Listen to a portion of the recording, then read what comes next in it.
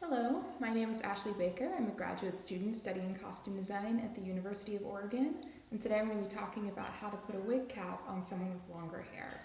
To do this, you're going to need a brush. In this case, I'm using a wig brush since I'm doing this with a wig, a comb if you needed to separate out the hair ties, bobby pins, hairpins, and your wig cap.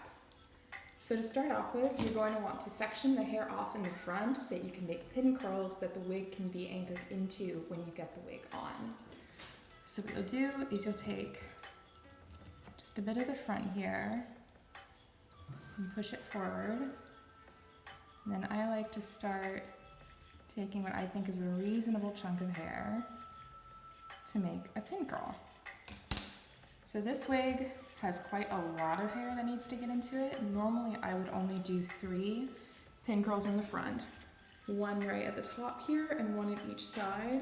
However, if you have more hair, it's better to just make smaller pin curls than to try to get everything into one big pin curl. So to start off with, I'm gonna brush it out a little bit, clean it up. And you don't wanna twist it because that'll make more bulk as you're trying to pin it down, and you want this to sit as flat as possible to the head. So instead, what I'm going to do is wrap it around my fingers, like so, and then I'm going to twist it under, like this, and get it as flat as possible to the head. And then I'm going to take my pin here, and I'm going to start going with a little piece of the hair away from the head and back into the curl, going down. And then I can take another pin and do the same thing, going the other way, going out, and then back in. And you want to make sure that it crosses the other pin there. That'll create an X, and the ridges on these bobby pins here will lock the pin curl into place, which is what you're going to want. So I'm going to continue this on this side here. Get the rest of the hair up and out of the way in the front. And we're going to do it all over again.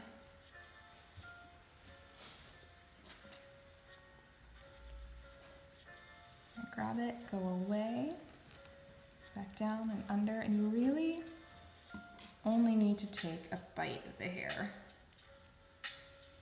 It doesn't need to be the entire thing. They'll all want to hold.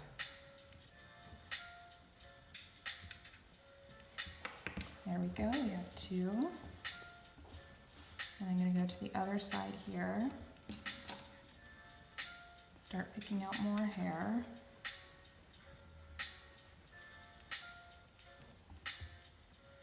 You want to get these out in blocks that work well together. And it's okay if they're not the most perfect pin curls in the world. This is kind of a big one. I might do 5 in the front here. There we go.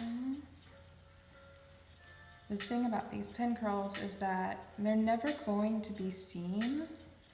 So as long as they're doing the job that you need them to do, they are perfect pin curls.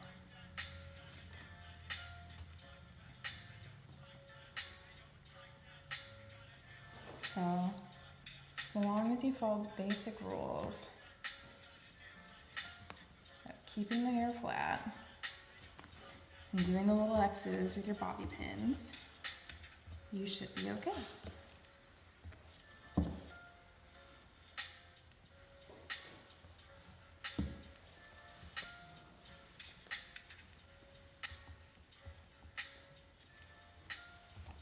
If the hair is getting a little messy on you, just give it a little bit of a brush. You always want to start from the ends first and work your way up. And later on, when you're actually doing work on a wig, you want to make sure that you're holding above where you're brushing so that most of the tension ends up in your hands instead of on the pins holding the wig in place. Because that will create tension on the wig and it could eventually tear the wig apart over time. It decreases the life of the wig that you're working with, which you don't want. You want your wig to last as long as it can, especially since some of these are incredibly expensive. Okay, got one more here. It's gonna be a smaller one. Let's see if I can angle this a bit better. Not the most glamorous thing, but that's okay. And making sure to keep it up a little bit away from the hairline.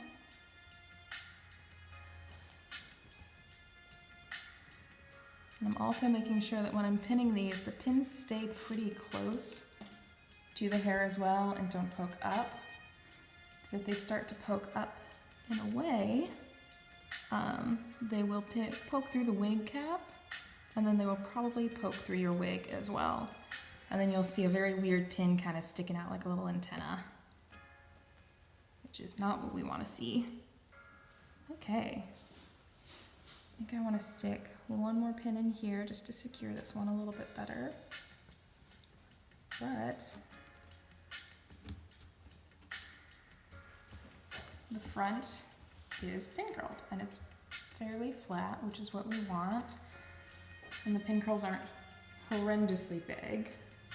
And now I can move on to the rest of the hair. So for the rest of the hair, what I like to do is do a French braid and then cross over the French braids in the back and wrap it around the head to get everything as flat as I can while still giving the wig something to anchor onto in the back. However, I know not everyone is very good at doing a French braid, so if you want to continue doing pin curls through here, that's okay to do as well. It's more time consuming, but if that's what you're more comfortable with and you have that time, I recommend doing it. So for here, I'm gonna split the hair in half, the middle, and I'm gonna start picking up my pieces to make my French braid. So I'm gonna grab some chunks of hair towards the top here to start. Move it. Separate it into 3 pieces. And then I'm going to start braiding it. So you take one piece, go over to the center, move it to the side, take the piece on that side, move it to the center, going over. And as you're doing this, you want to start grabbing chunks of hair from the sides and incorporating them into your braids.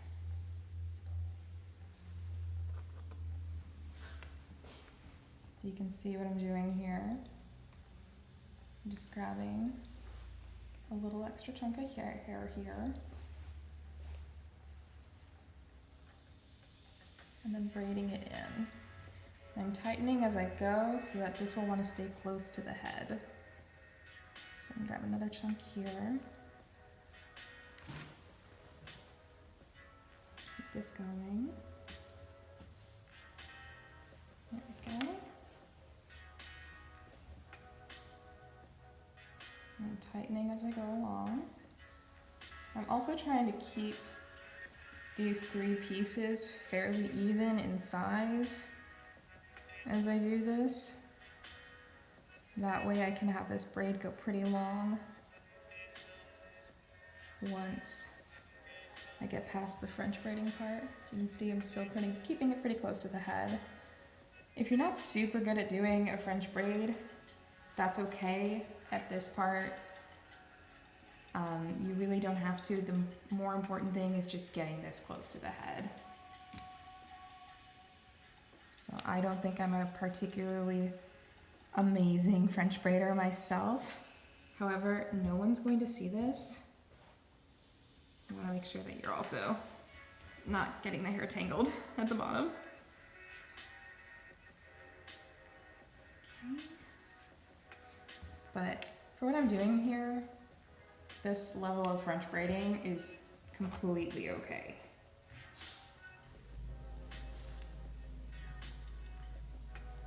So, almost got all of my pieces on here.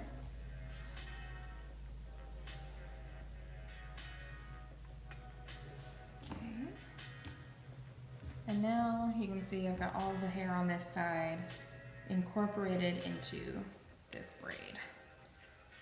So I'm going to continue going down and doing a regular braid. All the way down. It's okay if it doesn't look fantastic.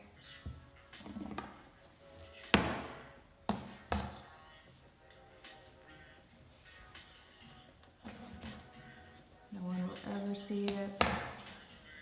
No one is ever gonna care. So long as you can get that hair tie on at the end, you are solid. Okay. And you'll see as I'm doing this, like the little bits of hair are popping out as they're reaching their end. That's okay. I don't care about that. If you're really concerned about it and you need to be a perfectionist about it and get that to stick, I would recommend working with your hair a little bit wet. It might even be easier to do this in general, just working with your hair wet.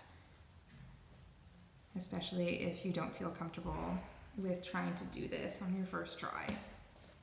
So I reached the end of the first braid here. I'm just gonna tie it off with a hair tie. And this side is done. So now I can just take the rest of the hair here, do another French braid, starting off at the top here, working my way down.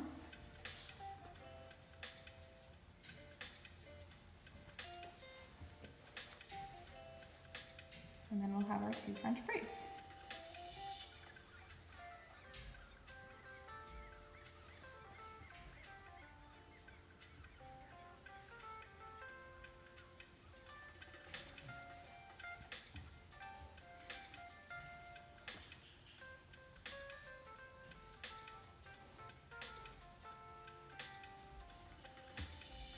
So really, when it comes to getting your hair up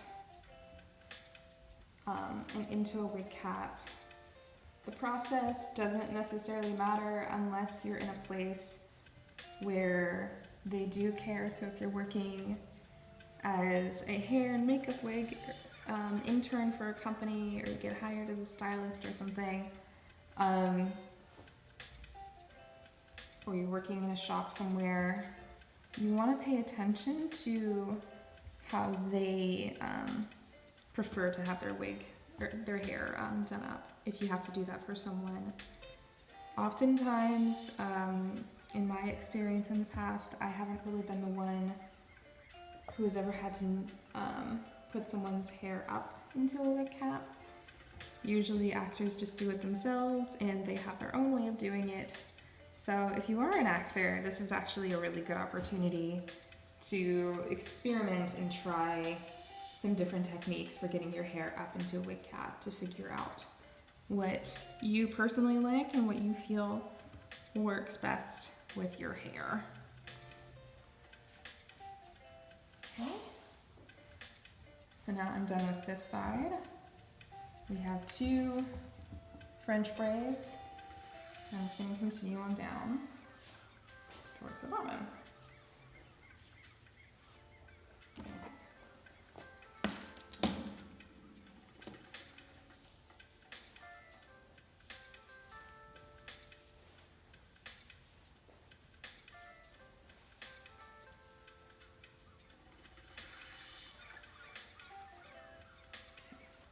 So this one came out slightly more uneven with the pieces of the braid than the other one did. That's okay. I still feel like I have enough to get most of it tightened into this braid. The important thing is that you just want to get a majority of your hair into something that you can eventually pin up.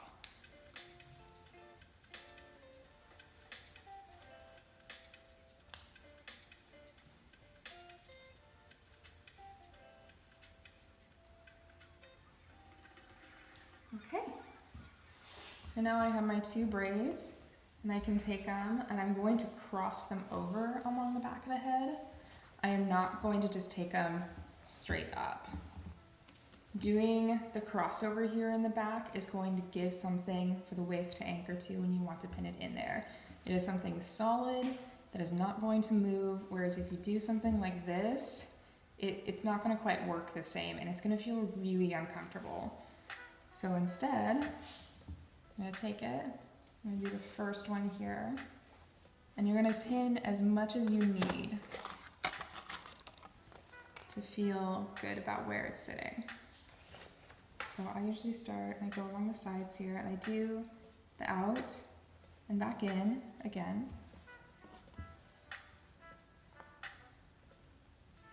I don't like that pin. And I just kind of go along up the side, and then up at the top here. Oop, that one did not work.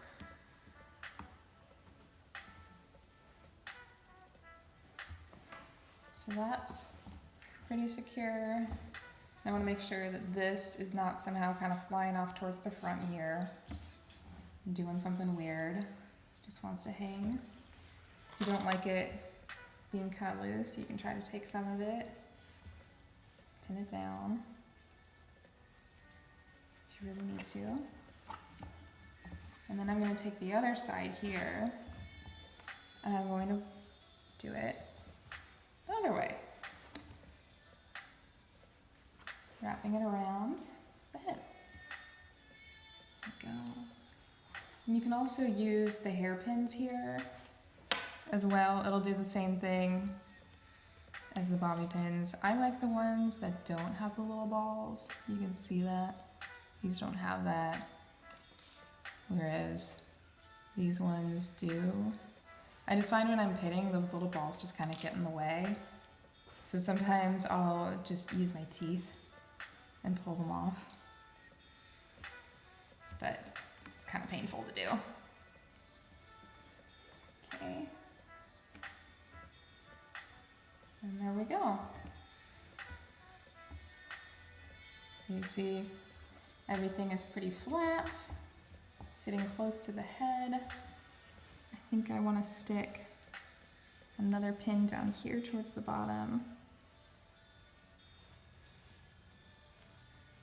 Here we go. I'm going to get that one out of the way. So it just kind of popped out.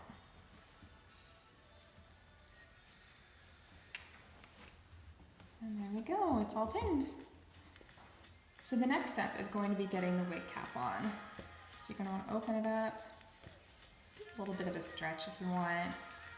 And when I'm doing this on someone else, I ask them to do what's called devil horns, which is where they go like this, so that they can help you hold the wig cap as you pull it towards the back. In this case, this wig hat doesn't have hands. You don't have extra hands to do that. So what you're just going to want to do is start in the front. It's okay to go down your forehead a little bit. And move towards the back.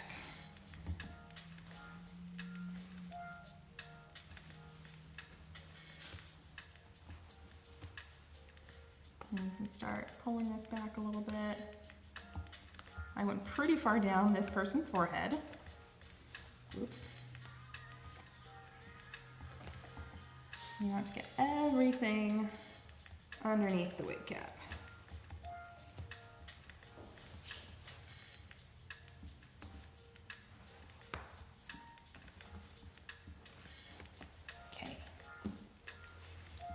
From here, you're going to move the wig cap back, gently using your fingers until you can just see a tiny bit of the hairline up the top here.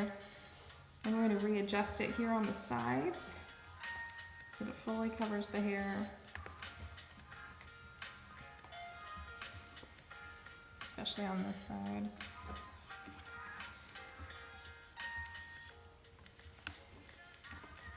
Okay.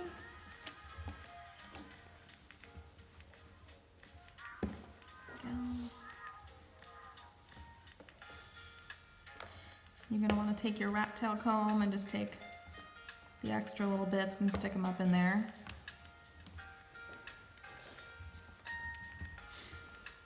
This guy does not want to stay down here at the bottom. I think I'm going to use a pin for that. And this is why I really don't like having the balls, because trying to get this through a wig and a wig cap and anything else just doesn't want to work. There we go. That'll sit a little bit better now. If you're feeling uncomfortable with the wig cap and where it's sitting and you just feel like you can't quite get it right, it's okay to stick a little anchor in the front here or along the sides to help get it down. Now that's sitting pretty well along here. See, all the flyaways are put out of the way. And then the last thing that you're going to want to do if you have excess wig cap, this one doesn't really, which is pretty good, but if you do, you want to take it, you want to pull it towards the back. Oh, there's the excess. I'll turn it this way. I'm going to stick a pin at the bottom here. There we go. You want to pull it, do a little twist.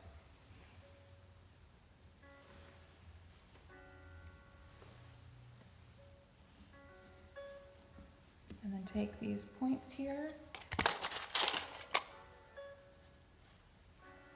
stick a little pin through it. And you want to go away and then back in. And there you have it, wig cap.